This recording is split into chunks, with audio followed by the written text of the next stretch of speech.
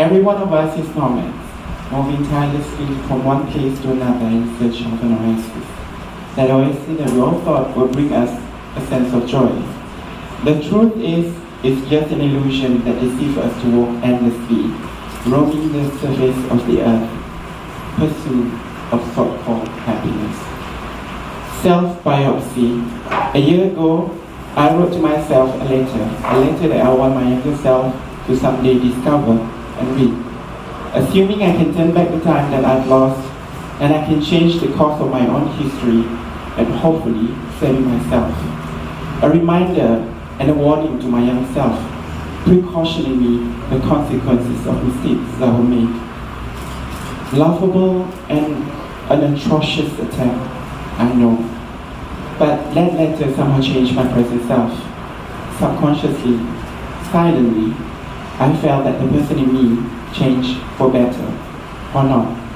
Most of the times, covered myself in mud and tears. Some days I'm doing great, most of the days I'm not.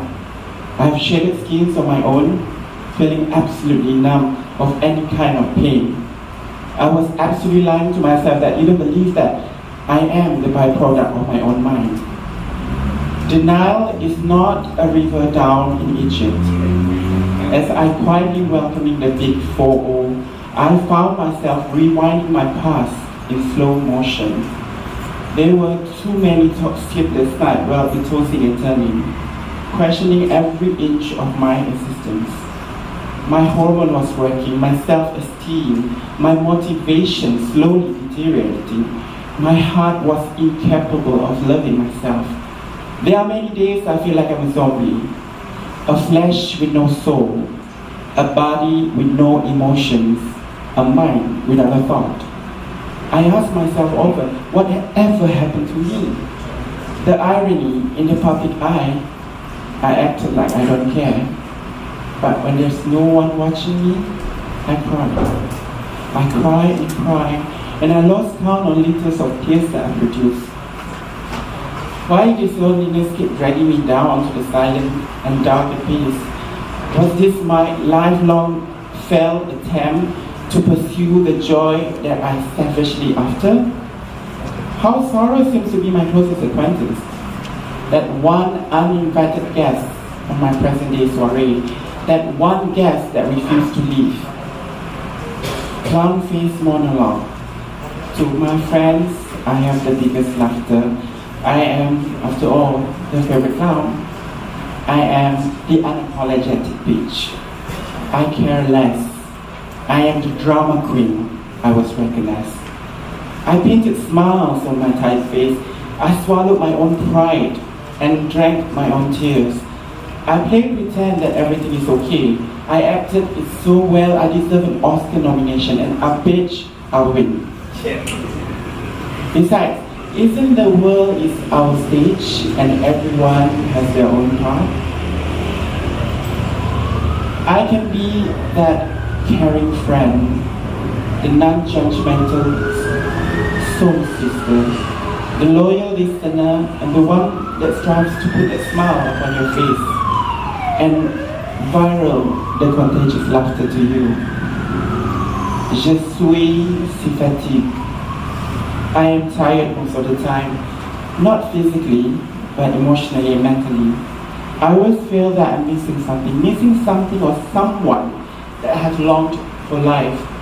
I frequently found myself searching for a substitute, a drug-like euphoria, a replacement of tangible love. Yes, love. The feeling of wanting, the feel of needing, needed, accepted, and finally beloved. In bed, physical attraction.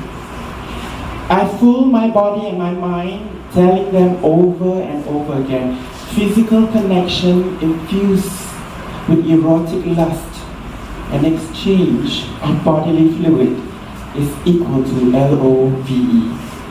That only lasts not more than 15 minutes. 30 minutes if you're lucky. It ended with a couple of CDs and a gentle kiss goodbye. It's okay to kiss with no patience. It's okay to touch with no feelings. It's okay to arouse over a stranger. It's completely okay to lick, suck and fuck with no exact sensation licking both of your heart. Enjoy the moment, they say. It's last lifetime, they say. You own that moment. Let your body drown in that ocean of lust. These are the unspoken rules. You are never allowed to talk about feelings. Never, ever. Dismiss that, you'll be okay.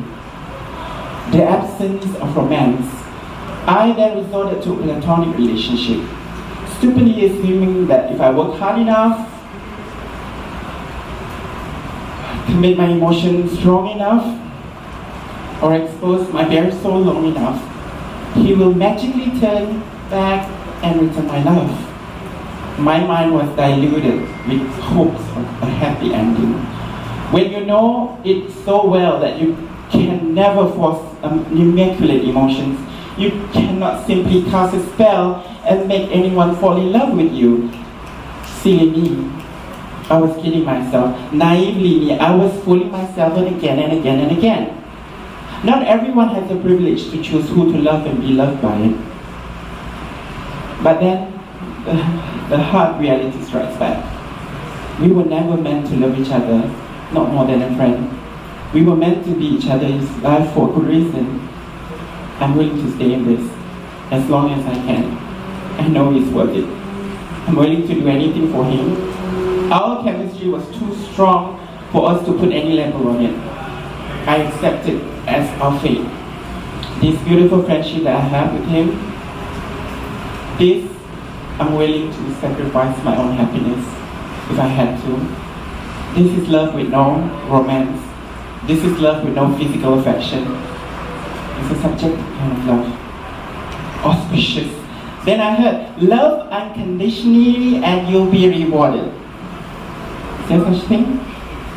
Loving someone unconditionally, not expecting anything in return. The concept that I'll never be able to process, but I'm willing to try. But I'm sure I get frustrated easily for sure, because isn't that obvious? I'm expecting something in return. I'm expecting an attention and affection. I'm expecting all the sweet belly high kind of sweet memories and romance. The silent truth that not many of us willing to admit, we are all fear of judgment, scared of our own demons. We are too proud to admit that we play the holier than thou, and we're quick to judge but fail to reflect ourselves. But things are going to get better soon, tomorrow. Words I whispered myself very frequently. Somehow I lift back my broken spirits, pick up and search all the broken and missing pieces, glue it all together and eat them with some hopes. Once again, I'll continue the conquest of searching for the joy that covered with love. Momentarily illusions. Let me tell you a recent event. I met a boy. He was to me beautiful, with a pair of mysterious eyes to match and a heart of gold, a brain that mesmerizingly as pretty as his thick hair. He, however, carries a heavy baggage, but he was brave enough to be open and bold about it.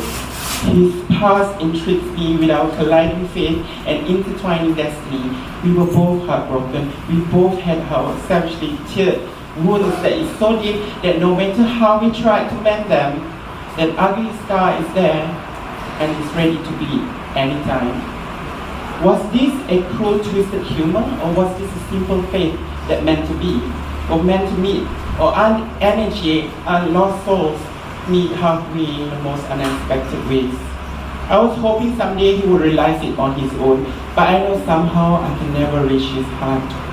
I will never be the one for him, no matter how hard I try. So many things against us. The social stigma that build the very core of our society. The fear of being judged.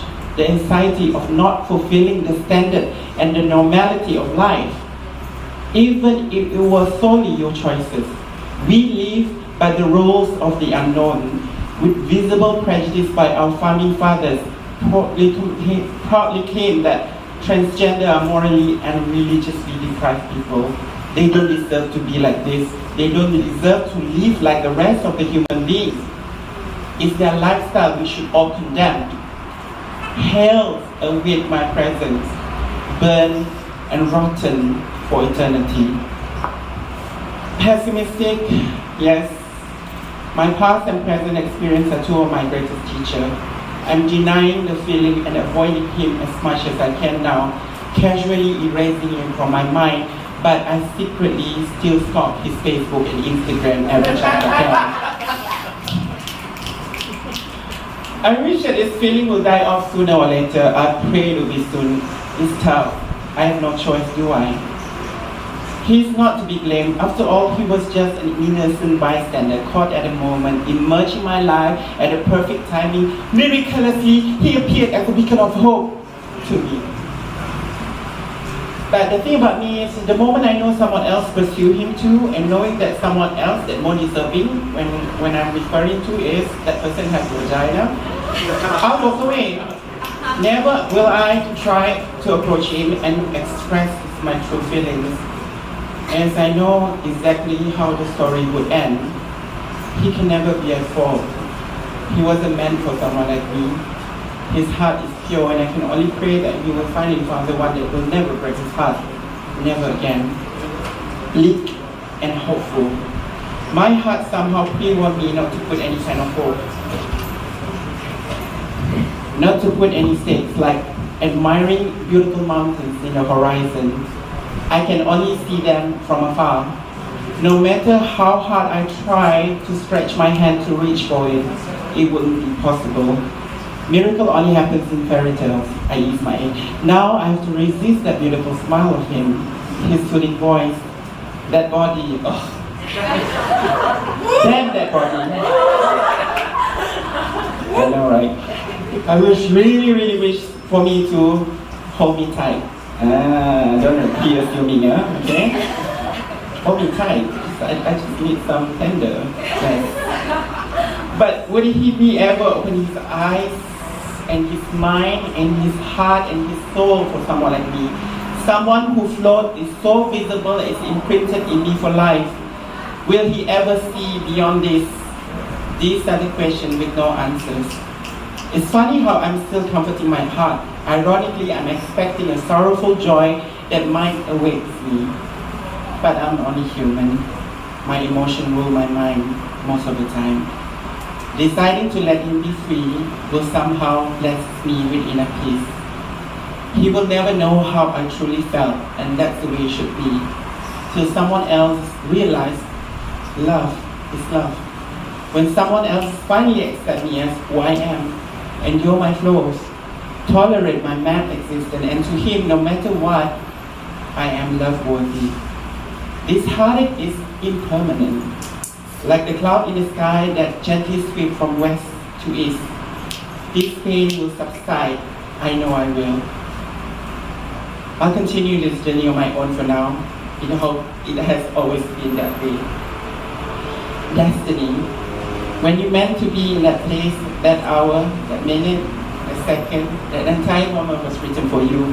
But the truth is, it will be a totally different perspective for the other person. A reminder for myself to always count my blessing as every good and bad thing that ever happened to me. That's my blueprint. That's my story to tell. You see, we are all nomads. Whether you like it or not, you and I, we travel the surface of the earth with a purpose. It all draws back to the joy that we will ultimately seek in. Every step you take determines your next destination. Till one day, you just completely stop. I dedicate this to all the love-worthy people, whether you are straight, gay, lesbian, transgender like myself. Love is love. Remember that there's joy in every sorrow. To my future love, whoever you are, if you're here tonight, present in flesh, I beg you please come forward and give me the tenderness that I'm longing for. Take me away now. Take me all my sorrows and replace them with joy that I'm after, and tell me I'm finally safe in your true embrace.